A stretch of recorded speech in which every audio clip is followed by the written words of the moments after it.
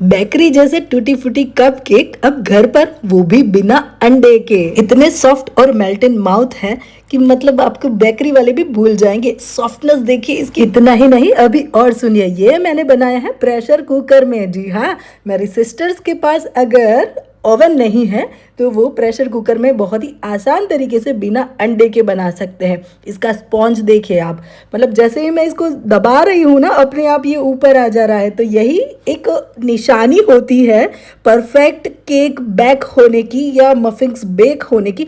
Sponge देखिए, look at this guys. तो चलिए, आज मैं ना परफेक्ट मेजरिंग आपको बताने वाली हूँ, बिल्कुल कंफ्यूजन नहीं होगा। और पहली बार बनाएंगे ना, फिर भी परफेक्ट बनेंगे। तो सबसे पहले ये देखिए, मैं सबसे पहले बता रही हूँ, मैंने 4 इंग्रेडिएंट्स अभी दिखाए हैं। मैदा है, उसके बाद घर की पीसी हुई चीनी ली है, दही लिया है और ऑयल लिया है। मेजरिंग बता रही हूँ कि कितना क्वांटिटी में लेना है, ठीक है। आप मेजरिंग कप्स आपके पास हैं तो ठीक है, वरना मार्केट में ये 100 रुपीज़ में लिंक इसकी शेयर कर दूंगी अगर आपको चाहिए तो। ये 100 रुपीज़ के अराउंड ही ये मिल जाते हैं। और ये बेकिंग अगर आप सीख रहे हो तो बहुत ही काम की चीज़ है।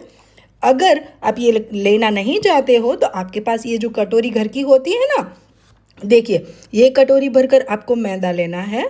उससे ये देखिए इतनी क्वांटिटी में हमें शक्कर लेना है, उससे आधी क्वांटिटी में हमें लेना है दही, और उससे कम क्वांटिटी में लेना है हमें ऑयल। देखिए समझ में आ गया। मैं चम्मच से भी आपको समझाती हूँ कि किस तरीके से आपको लेना है। आधी चीनी घर की ही पीसी, घर की ही सारी सामग्री है। देख लीजिए, यहाँ मैदा, यहाँ पर शुगर, इतना कर्ड और इतना ऑयल। ठीक है, समझ गए आप ना। अगर आपके पास मेजरिंग कप नहीं है तो इस तरीके से आप यूज़ कर सकते हो। तो सबसे पहले हम ऑयल डालेंगे। आप बटर का भी यूज़ कर सकते हो, लेकिन मैं ऑयल ही यूज़ करती हूँ। ये रिफाइंड ऑयल है जिसमें खुद की स्मेल नहीं होती है। अब शुगर जाएगा, घर की जो चीनी है ना उसको पीस लिया था मैंने, तो अब कड़ जाएगा। ठीक है, दही जाएगा। ये दही जो है ना वो बहुत ज़रूरी है, क्योंकि हम अंडा यूज़ नहीं करने वाले हैं। अब यहाँ पर आधा चम्मच जितना वैनिला एसेंस लूँगी। अगर आपके पास वैनिला एसेंस नहीं है तो इलायची का फ्लेवर अगर पसंद है तो वो ले सकते हो। अब जी अच्छे से ना इसको फेंटना है, बिल्कुल इस तरीके से, दाने जो है ना वो नहीं रहने चाहे, एकदम क्रीमी क्रीमी सा इसको बना देना है। ये देखिए, आपको तकरीबन 3 मिनट तक तो इसको फेंटना ही है। ठीक है, अब क्या करेंगे, एक छन्नी लेंगे इस टाइप की। छानना बहुत ज़रूरी है, इसको स्किप मत कीजिएगा। अब इसमें हम डालेंगे मैदा। अब मैदे को अच्छे से छान लेंगे। मैदे को छानने से क्या होता है कि अंदर एयर जो होती है ना, वो एयर जमती है अंदर, तो हमारा जो है ना, इसीलिए केक फ्लफी बनता है। और ये है डेयरी वाइटनर, ये ऑप्शनल है, लेकिन ये आपके मफिन्स और जो कप केक्स होते हैं ना उसको रिच लुक, मतलब रिच फ्लेवर देता है। तो ये बिल्कुल डालिएगा। 10 रुपए के पैकेट पे भी आपको बाहर कहीं पे भी राशन की दुकान में, ग्रोसरी की दुकान में मिल जाएगा। तो एक पैकेट 10 रुपए वाला मैंने इसमें डाल दिया है, बहुत ही टेस्ट अच्छा लगता है। अब इस टाइप के जो मेजरिंग चम्मच है वो ले रही हूँ। सबसे पहले मैं बेकिंग सोडा ले रही हूँ। Baking soda and baking powder आपको पता ही है। तो अब मैं ले रही हूँ बेकिंग सोडा। बेकिंग सोडा आपको लेना है आधे से आधा चम्मच। मैं पहले भी बता चुकी हूँ, ये मेरा मेजरिंग कप है, मतलब है। देखिए उसमें भी मैं आपको दिखा रही हूँ, ये ली मैंने घर की ही चम्मच। अगर आपके पास मेजरिंग कप्स नहीं है, डोंट वरी। ये आधा से आधी चम्मच बेकिंग सोडा, मीठा सोडा जिसे बोलते हैं, बेकिंग सोडा वो लिया है। अब बेकिंग पाउडर लेना है। बेकिंग सोडा जो है वो फूलाने का काम करता है, और बेकिंग पाउडर जो है ना उसको चीज़ों को बेक करने का काम करता है। जब हम बेकरी प्रोडक्ट्स बनाते हैं ना तब, तो ये थोड़ा सा ज़्यादा जाता है बेकिंग पाउडर, आधा चम्मच। ये देखिए मेरा मेजर कप्स के हिसाब से मैं आपको बता रही हूँ, आधा चम्मच हुआ ना। देखिए 250 ग्राम के जो आटा होता है हमारा मैदा, वो एक कप आप लेंगे, एक कटोरी लेंगे तो वो 250 ग्राम ही होगा, 250 ग्राम्स। ठीक है, तो इस हिसाब से आपको लेना है। ये है baking powder and baking soda, क्योंकि काफ़ी लोग ना बेकिंग पाउडर एंड बाकी बेकिंग सोडा में बहुत कंफ्यूज हो जाते हैं और बेकिंग पाउडर की जगह बेकिंग सोडा ज़्यादा डाल देते हैं। तो इसलिए मैंने आज एकदम डिटेल में आपको बताया है। अच्छे से मिक्स करेंगे। अब जो कप भरकर हमने शक्कर ली थी, राइट, वो कप भरकर मैंने दूध डाल दिया है। अब एक्स्ट्रा कुछ भी ना, एग्जैक्ट माप है ये और अब 2 चम्मच यहाँ टूटी फ्रूटी डाल रही हूँ, आपके पास हो तो डालिएगा। इसकी जगह पर अगर आप बच्चों को ड्राई फ्रूट्स खिलाना चाहते हो, चोको चिप्स बच्चों को पसंद है तो वो भी डाल सकते हो, इवन हाँ जैम्स भी डाल सकते हो। विनेगर डालना है पर वो हम बाद में डालेंगे, क्यों? क्योंकि हमें अपनी बेकिंग ट्रे रेडी करनी है। तो यहाँ पर मेरा बर्गनर का मैंने ये लिया हुआ था, 79 रुपीज़ में ही मुझको पड़ा था। 49 पीसीस का मतलब पूरा आता है इसमें। इस तरीके से बटर पेपर ही होते हैं काइंड ऑफ, लेकिन मफिंग्स के लिए बहुत अच्छे होते हैं। तो इस तरीके से ट्रे में हम क्या करेंगे, ये रख देंगे। आपको अगर चाहिए तो इसकी लिंक होगी तो मैं अंदर टैग कर दूंगी, आप देख लीजिएगा। लेकिन इससे मफिंग्स बहुत ही अच्छी बनती हैं। वैसे यहाँ पर 9 मफिंग्स जो है 9 मफिंग्स मेरी बन जाएगी। 250 ग्राम आटा मैंने जो लिया था और बाकी के इंग्रेडिएंट्स जो हमने डाले थे उनसे लगभग आप 250 ग्राम के करीब मैदा यूज़ करोगे ना तो 500 ग्राम जितना 500 ग्राम आपकी केक रेडी होगी। अब ट्रे तो हमारी रेडी है, तो 1 चम्मच भरकर हम अंदर विनेगर डाल देंगे।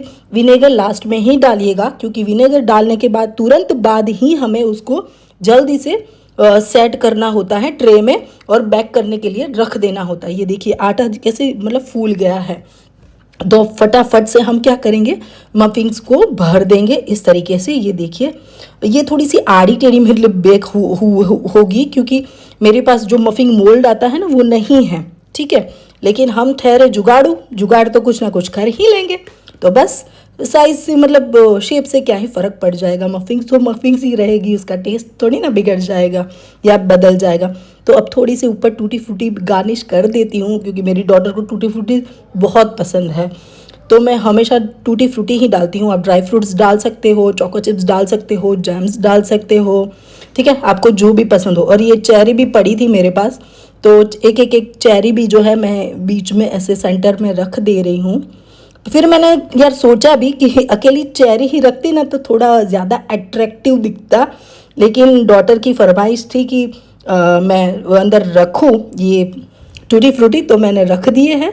अब हमारे सब कुछ रेडी है, तो ये जाएगा बैक में। कितने अभी से क्यूट लग रहा है ना, कि ब्यूटीफुल लग रहा है ना। तो बस अब मेरा जो ओवन है उसको मैंने प्री हीट करने के लिए रख दिया था। 170 टेम्परेचर है, ठीक है, डिग्री टेम्परेचर पर। अब गैस का जो सबसे छोटा वाला बर्नर आता है ना, उस पर हमें कुकर में बनानी है केक। जी हाँ, आपके पास अगर अवन नहीं है टेंशन की कोई बात ही नहीं है। अब क्या करेंगे, कुकर का प्रेशर कुकर की सीटी निकाल देंगे और पीछे की जो ये रिंग है ना वो निकाल देंगे। वो बहुत बहुत ज़रूरी है, ठीक है। रिंग और सीटी आप बिल्कुल निकाल दीजिएगा और इसे ढककर रख दीजिएगा, ठीक है, प्री हीट होने के लिए। जब तक ये प्री हीट हो रहा है ना, घर की ही पतीली ली है। क्यों?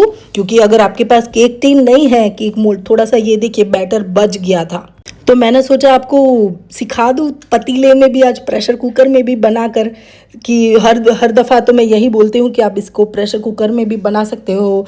तो आज मैंने सोचा कि मैं दिखा भी देती हूँ, और मेरे पास अनफॉर्चुनेटली मतलब बैटर बच भी गया था। तो पतीली जो आती है ना उसी में बनाया है, एल्यूमिनियम की पतीली है, उसी में बनाया है। ऊपर से टूटी फ्रूटी और थोड़ी सी चेरी से गार्निश कर दिया है ताकि अच्छा अट्रैक्टिव दिखे। बस जी, हमारा केक टिन रेडी है। प्रेशर कुकर भी हमारा प्रीहीट हो चुका। ध्यान से हाथ जले नहीं, मेरी तो प्रैक्टिस है इसीलिए, वरना आपका हाथ जल सकता है। तो चिमटी आती है ना उसी से अंदर रखिएगा और प्रेशर कुकर को बंद कर दीजिएगा। 12 से 15 मिनट कर इसको खोल कर देखिएगा भी मत, भूल जाइए 15 मिनट के लिए। यहाँ पर मेरी मफिंग्स बहुत जल्दी बेक हो चुकी थी, बीच बीच में मैं लाइट ऑन करके चेक कर रही थी, तो 12 मिनट में ही बेक हो चुकी थी। लुक एट दिस गाइस, कितनी मस्त लग रही है ना। अब इसको ढक देना है, ऐसे ही नहीं, मतलब थोड़ा सा ठंडा होना देना है ढककर, ठीक है।